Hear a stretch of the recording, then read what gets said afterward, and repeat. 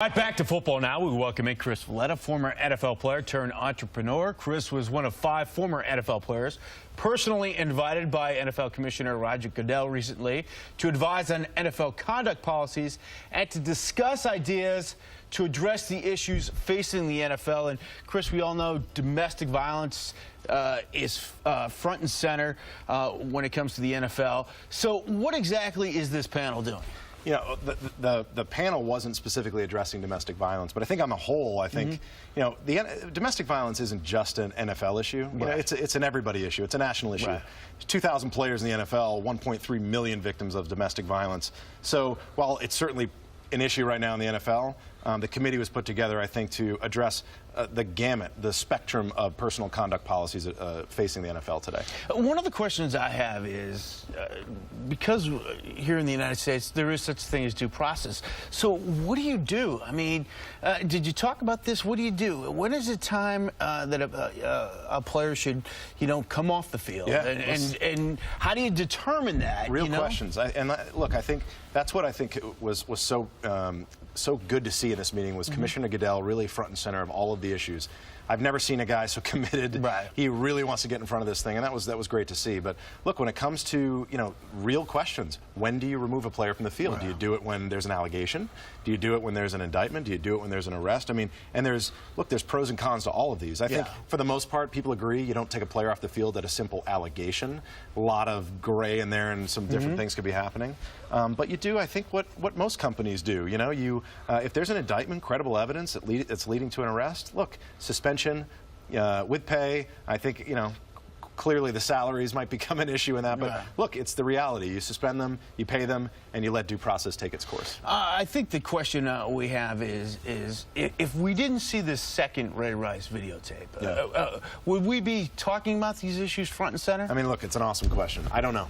Who knows? The reality is we did see it, and I think, speaking on behalf of just an individual, as a member of society, somebody who tries to do the right thing, I'm glad the video came out, and I think it's doing, you know, it has led to some good things. Commissioner Goodell pointed to it.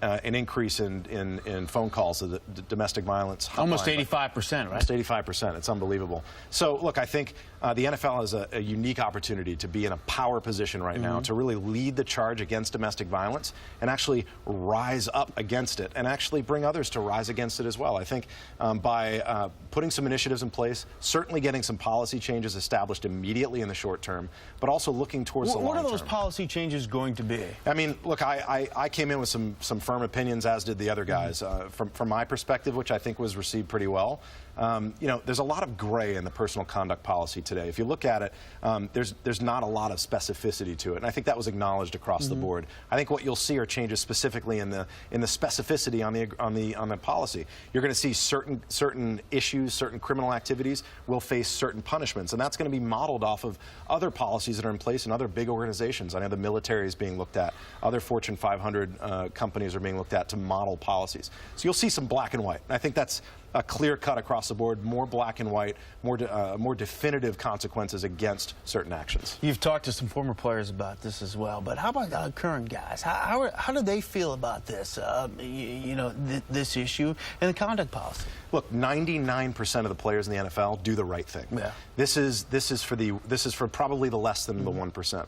The NFL. Unfortunately, we always hear about the 1%. We do. Though. You know, I get to do the Giant pregame show, and we're around a lot of guys that are doing good in the community, but you know, what gets more attention is the negative. I know, and you know, it's time, I think, for the NFL, you know, at the commissioner level, which I think is why he's putting this panel together and why he's doing what he's doing now. It's time for the NFL to start talking about the good things and actually put a stake in the ground. You know, when you talk about players and their abilities to work in a team dynamic, handle pressure, handle adversity, the ability to be dedicated, disciplined, have the desire to be a champion, these are major life-building qualities, qualities that can, quite honestly, move nations and actually inspire the youth. I mean, these are long-term visions. These are long-term things, but we have to put a stake in the ground now. So I'm actually thankful that the NFL is going through this process, because I think what's going to come out of it, certainly some short-term changes, but absolutely some long-term ones. Chris Valletta, we appreciate the time. Thank you very much.